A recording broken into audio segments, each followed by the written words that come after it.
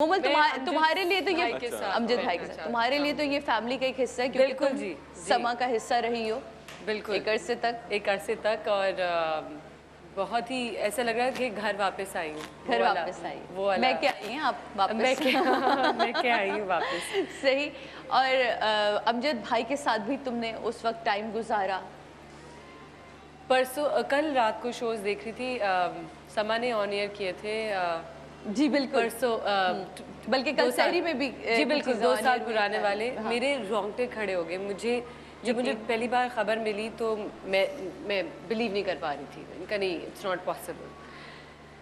میرا خیال ہے کوئی بھی یہ بات بلیو نہیں کر پایا. شہزاد کیا ریاکشن تھا, کہاں تھے تم اس وقت؟ اور میں سیٹ پہ تھا, سیٹ پہ تھے, شوٹنگ کر رہا تھا. لوگوں کا کیا ریاکشن آیا, کس طرح کی محبت دیکھی اس وقت لوگوں کے لیے؟ میں بول کے چلا گیا تھا کہ میرا سین نہیں ہو رہا تو میں ذرا اوپر ریسٹ کرنے جا رہا ہوں. تو مجھے جیسے ہی ایک میسج آیا میں پڑھا اور میں نیچے بھاگتا ہوا گیا. وسیم عباس صاحب میرے ساتھ کام کر رہے تھے, انکل کو میں نے بولا سر یہ کیا ہے, and we just hug each other. اور ہم لوگ کیا کہہ سکتے ہیں, کیا ہو گیا, یہ کیسے ہو گیا, کیوں ہو گیا. And he is such a wonderful person Amjad بھائی. آئی مین وہ اتنے بہترین انسان تھے, اور بلکہ میں تو یہ کہوں گی کہ اتنے بہترین انسان ہیں کہ ہمارے لیے وہ اب تک ہیں.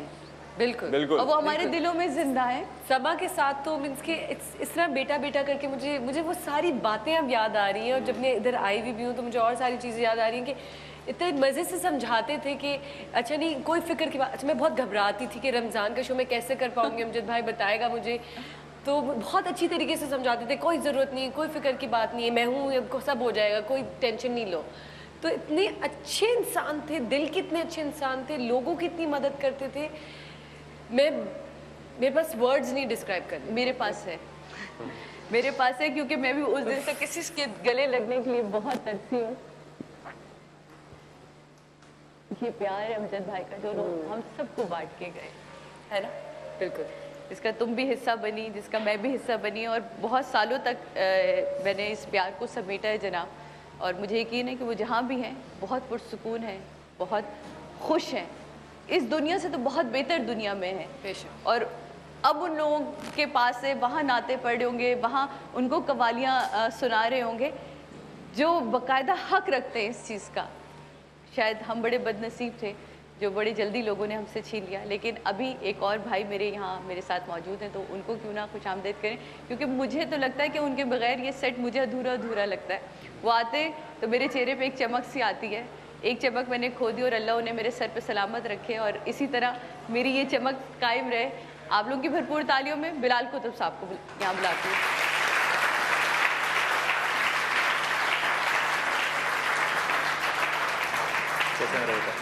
السلام علیکم. کیسے میرے بیٹے, خیریت سے؟ بالکل ٹھیک, کیسے ہیں آپ؟ کیسے بیٹا, خیریت سے؟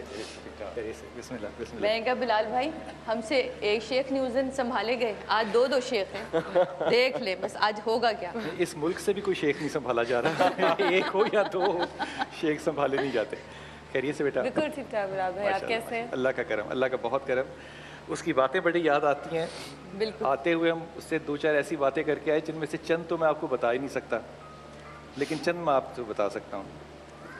یہ بات کہتے ہوئے لگتا ہے ایسا کہ شاید کوئی بہت ہی جذباتی بات ہو, لیکن یقین کریں انتہا کی گرمی, انتہا کی گرمی, لیکن اس کی قبر ٹھنڈی تھی.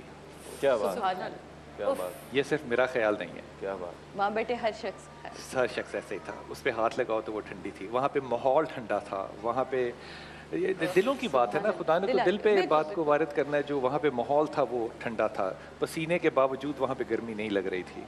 اور جتنے لوگ وہاں پر آئے ہوئے تھے ان میں سے کوئی دبئی سے آیا ہوا تھا, کوئی ساؤتھ افریقہ سے آیا ہوا تھا, کوئی شارجہ سے آیا ہوا تھا, جہاں سے بھی آئے ہوئے تھے لوگ, وہ صرف وہاں پہ فاتح پڑھنے کے لیے آئے ہوئے تھے. کوئی طریقہ کوئی مولا اور رشتہ نہیں تھا. میں تو ہمیشہ جب بھی دعا کرتی ہوں بھائی, تو میں اپنی دعا میں ایک دعا کو ضرور شامل کرتی ہوں کہ مولا ان لوگوں میں ضرور ہمیں شامل کر دینا کہ لوگ اپنی دعا میں خصوصاً سورہ فاتحہ میں ہمیں یاد رکھیں. ابھی تو اب ذرا یہ تو بتائیے کہ ابا کی تو اس دن ہم نے خوب پھیٹیوں کے قصے سنے کہ ابا اتنے خوش مزاج کیسے ہیں, کمال ہے.